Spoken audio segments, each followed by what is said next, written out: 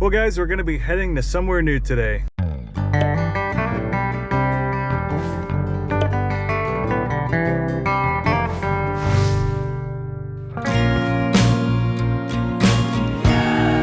So today's gonna be an experiment. Luna has been getting sick in the car recently, so we have not been going nearly as far as we'd like to for hikes. So this is kind of a little test hike to see how she's doing.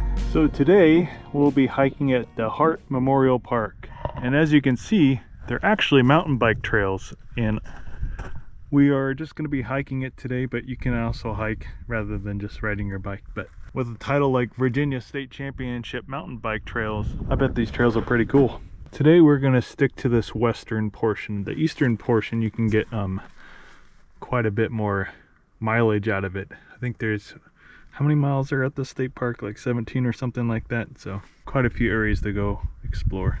I do not think this hiking system's really meant for its scenic views or anything like that. So it's really just to get out here and get some exercise and be out in nature. So here in Virginia, we got a bunch of wind yesterday. So there's a bunch of branches and sticks and stuff across the trail. Out in the Midwest, there was a bunch of tornadoes and stuff. So same system came through here, but we didn't get all the precipitation that they did up north. Bit of a chilly start here in early April, but the trees are starting to bloom. I don't think I mentioned yet, but today's hike should be about 4 miles in length.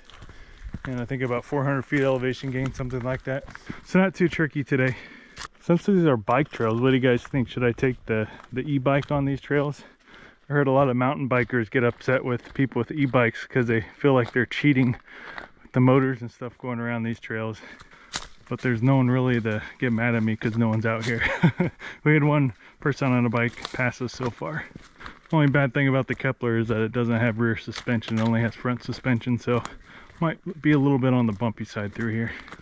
Look at all that green.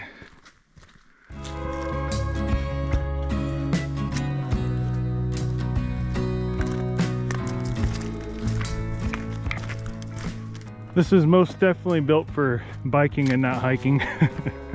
There's a lot of twists and turns that are kind of unnecessary for hiking, but it's to add a little bit more excitement to your bike ride, I am sure.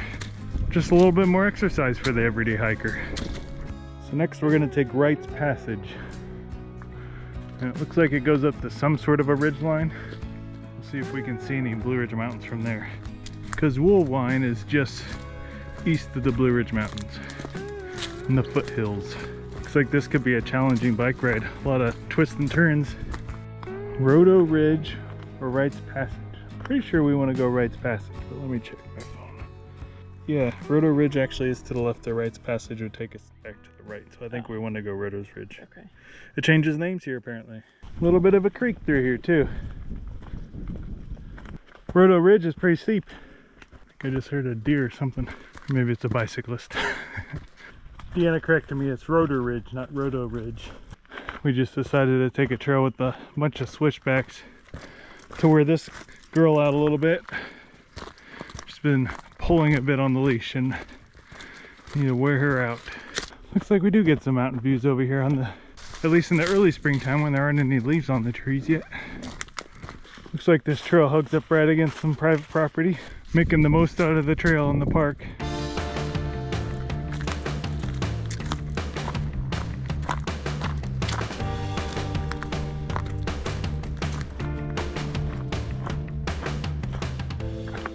The switchback section isn't really to make the trail easier, it's actually to make the trail harder. Because all you got to do is just walk straight down there. So if you're hiking this rather than biking this and you don't want to go through all these switchbacks, you don't have to, but it's also kind of fun to do this. Ooh, this looks like it'd be fun on a bike. I'd probably injure myself. Apparently they roll. Whee! Probably a little bit more fun on a bike. So now we're heading back down on the Hartville Trail, and that should take us back to the main park area. I think it's mostly downhill from here, but I am probably mistaken because it's a bike path and it doesn't make sense. So how have you liked this hike so far? It's fun. I mean, you can tell it's meant for bikes more than people, but it's still fun to hike.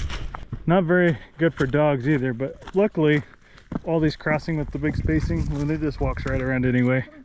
So nothing super steep off either side.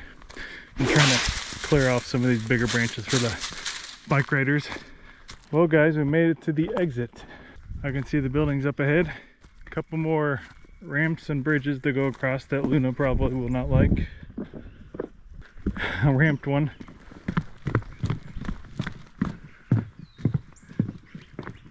Not meant for puppy paws. You got it, just walk down the center. Good girl. Good girl. Well guys, this was a fun hike. We hadn't been hiking in months. Since February, I think. Beginning of February. Yeah. So it was nice to get out and go hiking again. And hopefully, again, we can figure out her motion sickness issue. She only throws up when we're in the truck. So it's definitely motion sickness or something related to traveling. So that's not a good thing because we like to travel. Well guys, if you like this video, hit that like button, subscribe if you want to see more videos like it. You can also check us out at DNSadventures.com. And as always, Adventure on. she sees a biker and she wants to go chase him.